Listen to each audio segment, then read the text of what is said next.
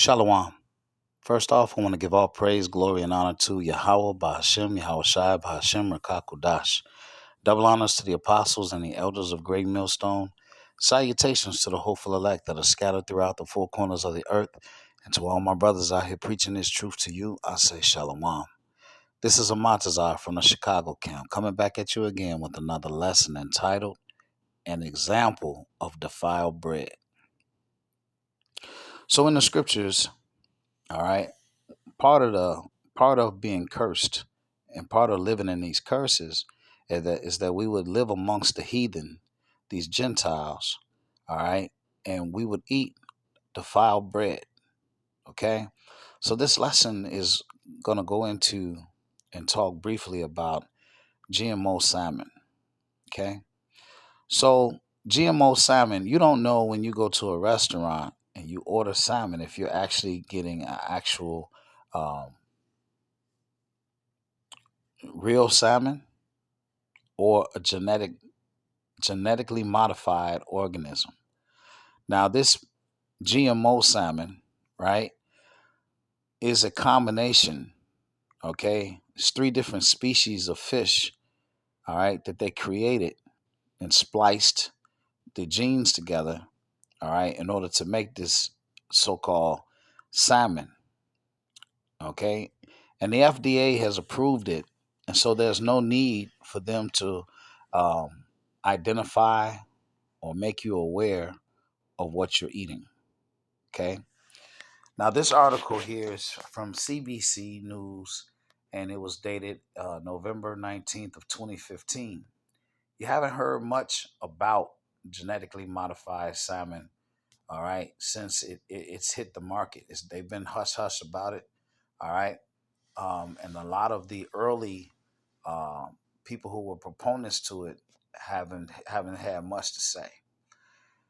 It says the FDA approval of Aqua Bounty GMO salmon decried by environmentalists. Genetically modified salmon pose huge ecological and economic risk. Okay, Ecology Action Center says. Aqua Bounty says once harvested, its genetically modified salmon cannot be distinguished from natural salmon. Okay. All right, so let's see what this Aqua Advantage salmon. It says Aqua or Acu Advantage salmon is a genetically engineered fish, a genetically engineered Atlantic salmon developed by Aqua Bounty Technologies in 1989.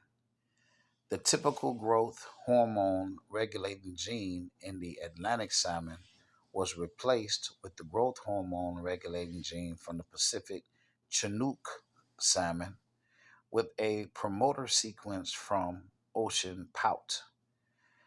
This gene enables genetically modified salmon to grow year round instead of only during spring and summer.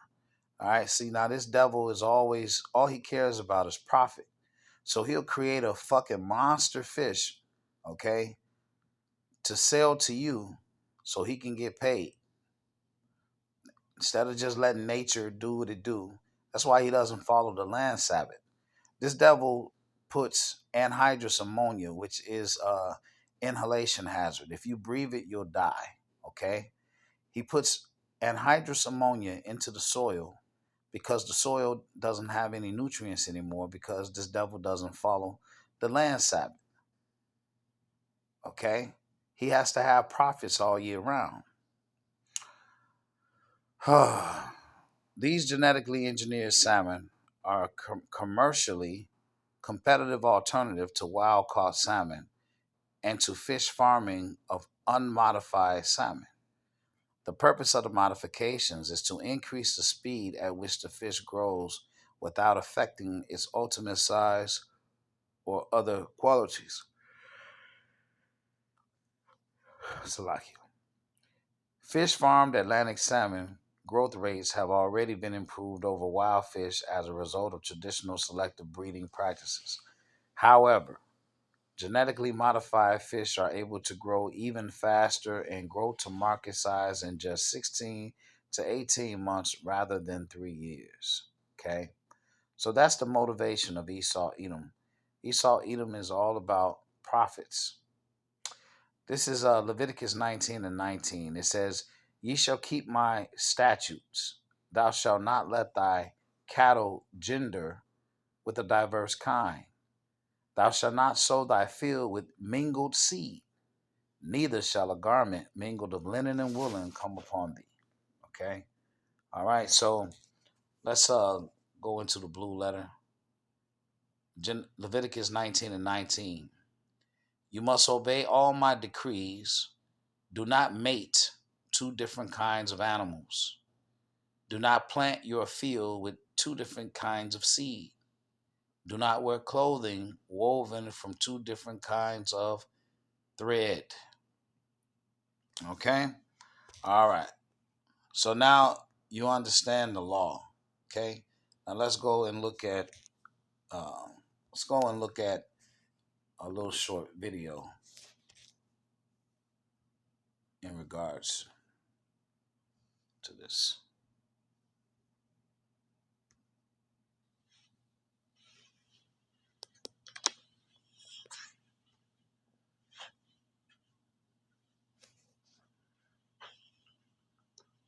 What's the status of GMO fish, and what are your concerns around this? There was just a declaration recently by the courts that the approval process for the salmon that was approved by the FDA was illegal. And yet I've also heard recently that Aqua Bounty, the company that made the fish, were planning to release the salmon in the U.S. market in 2021. I'm needing to check to see if the court order blocks the release.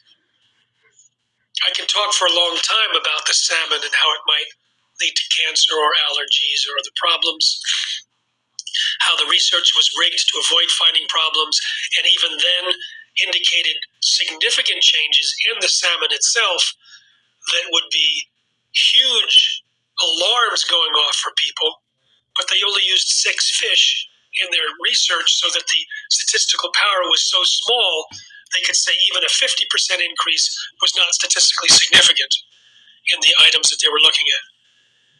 It's been a disaster for science. A similar fast-growing salmon was created by Canadian scientists and tested in tanks. They tested the frankenfish, the natural fish, separately and together. When there was sufficient food, everyone was fine. When they reduced the food, these fast-growing, genetically engineered salmon, who were voraciously hungry, became aggressive and cannibalistic, attacked their frankenfish counterparts, attacked the natural ones, and the ultimate result was when they reduced the amount of food, it caused population crashes or extinctions in the tanks. So if these fish that Aqua Bounty is creating, which with a similar technology, if they were to escape in the ocean, we might see a collapse of salmon. We might see aggressive packs of dangerous salmon going and killing off other fish to support their voracious eating. If there was a survival advantage for them over the natural, we would see a replacement of natural salmon. And if the salmon turned out to be dangerous for health, then we would see an elimination of salmon as a food source. And because salmon are part of an ecosystem where there's other fish that eat salmon and salmon eat other fish, it could have devastating consequences. So here you have Esau Edom. He's telling you that this devil, his own people, is messing up the ecosystems of the earth. All right, so what they're doing here is creating this genetically modified salmon and putting it on your plate, all right, without letting you know. So you're taking away your choice, and that's deceitful. A couple years ago, in one of my travels, I was in most of these locations be Edomite heavy. So I was in the Edomite location and I ordered a pizza. And I was pretty clear that I was looking for non-pork options. Why did this devil put pepperoni hidden in the pizza? Like three little circles of three little pepperonis hidden in the middle of the pizza. Even though I specifically said, all right, I need non-pork options. All right, so I claim that whatever Edomite did that, they gonna get it in the kingdom. I'm gonna tell you that right now. All right. Um, Another example of deceit is when someone cooks some frog legs or some alligator, and they tell you it's chicken, and you eat it, and you say, yeah, that's good," and then they say, "Oh, that's not chicken, that's frog legs or alligator." All right, that's unacceptable. All right, you don't play with a person's diet like that and try to feed them something abominable. All right, those are unclean animals not fit for consumption. All right. Same thing as deceit when you have a man dressed up as a woman, passing herself off as a woman. All right. These men are getting killed out here. The Lord putting that spirit on them. These women are deceiving men. All right, and dressing up and acting like women, knowing, and then actually going to first and second base, so to speak, and then that the men are finding out on the back end that these are women or men actually. All right, so if you got a guy so called kissing or making out with a woman, but the woman is really a man. All right, and some of these women have performed oral sex on these men, and then the men find out that these are actually men, and they've killed them. Okay, rightfully so. But the scripture says that we will eat defiled bread amongst these Gentiles. All right. This is Ezekiel 4 and 13. It says, "And Yahweh said, Even thus shall the children of Israel eat their defiled bread among the Gentiles, whither I will drive them." All right. And that's just part of the curses. Part of being under this wicked rule or rulership, right, is that we got to deal with these oppressions. Okay. These are oppressions. All right, this is Ecclesiastes 4 and 1.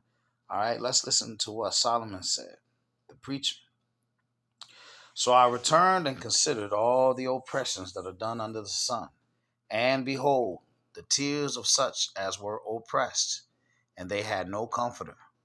And on the side of their oppressors there was power, but they had no comforter.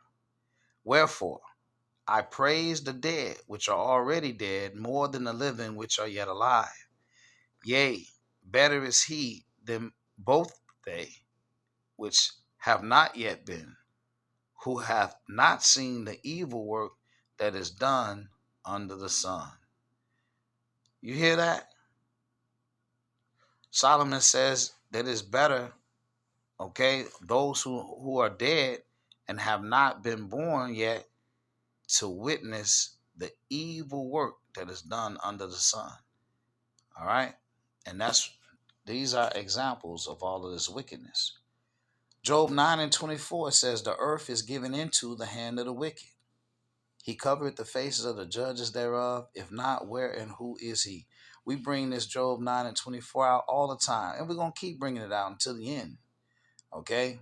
Because you need to know who is in control of the earth right now. It's the wicked. It's the wicked that's hurting the earth, all right? And at his core, the wicked, Esau, Edom, is a deceitful and unjust man, all right? And he cannot be satisfied. This is Psalms 43 and 1. It says, "Judge me, O power, and plead my cause against an ungodly nation.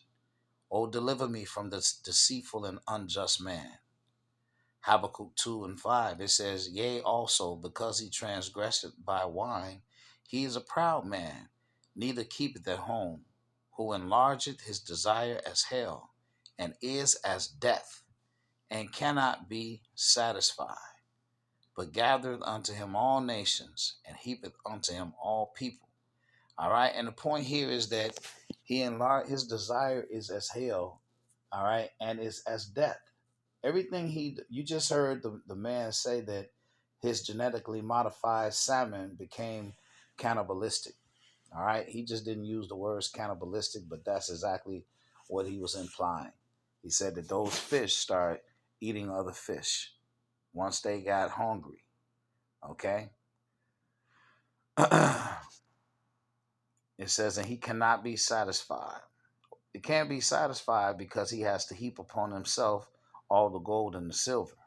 This is Proverbs 4. It says, riches profit not in the day of wrath, but righteousness delivereth from death. Proverbs 11 and 28. He that trusteth in his riches shall fall, but the righteous shall flourish as a branch. All right. And all of this, it comes from Esau, his lineage. His grandson's name was Eliphaz. And Eliphaz meant fine gold is my God. Okay. And we're going to take a look at that. Also, Esau has a lust for wealth and power. And on this channel, I have a lesson, a two-part lesson called land grab. Okay. And it talks about what they're doing over there in Africa. Okay. Africa, the continent of Africa, has the greatest amount of natural resources than any continent on the planet. Okay. So, you got all the diamonds and you got all the gold and you have all the natural minerals, okay, over there still in Africa that hasn't been all mined out, okay. And you could see, look at that lesson and you'll see how they're systematically trying to snatch or steal Africa. This is Genesis 36 and 1. It says, now these are the generations of Esau, who is Edom, okay. Now it tells you that Esau took his wives of the daughters of Canaan, and I'm not even going to try to figure out how to pronounce their words, but their names. But let's go down here to the fourth verse. It says, and Adah bare to Esau Eliphaz. Okay, and that's what we want to know, Eliphaz. So when you go into the blue letter and you look up Eliphaz, it's H464. Okay, 464. When you look at that Eliphaz 464, it says Eliphaz equal, my God is fine gold. You see? So at his core, this man is all about money. Okay? This is Job 27 and 13. This is the portion of a wicked man with the Most High, and the heritage of oppressors, which they shall receive of the Almighty. If his children be multiplied, it is for the sword, and his offspring shall not be satisfied with bread. Those that remain of him shall be buried in death, and his widows shall not weep. Though he heap up silver as the dust, and prepare raiment as the clay, he may prepare it, but the just shall put it on, and the innocent shall divide the silver. All right, so Esau, Edom, right? Um, the hypocrite, the joy of the hypocrite only lasts for a moment. Okay, it's for the moment. And though he tries to heap up silver and gold upon himself, guess what? It's gonna go to the righteous. He's gonna have to cough it up. It says, if his children be multiplied, it is for the sword. Okay, that's for destruction. It says, and his offspring shall not be satisfied with bread. They're gonna be hungry. All right. But our treasure, all right, is this truth. All right, this word. Isaiah 33 and 15, it says, he that walketh righteously and speaketh uprightly, he that despiseth the gain of oppressions, that shaketh his hands from holding of bribes, that stoppeth his ears from hearing of blood, and shutteth his eyes from seeing evil, he shall dwell on high. His place of defense shall be the munition of rocks. Bread shall be given him, his water shall be sure. All right.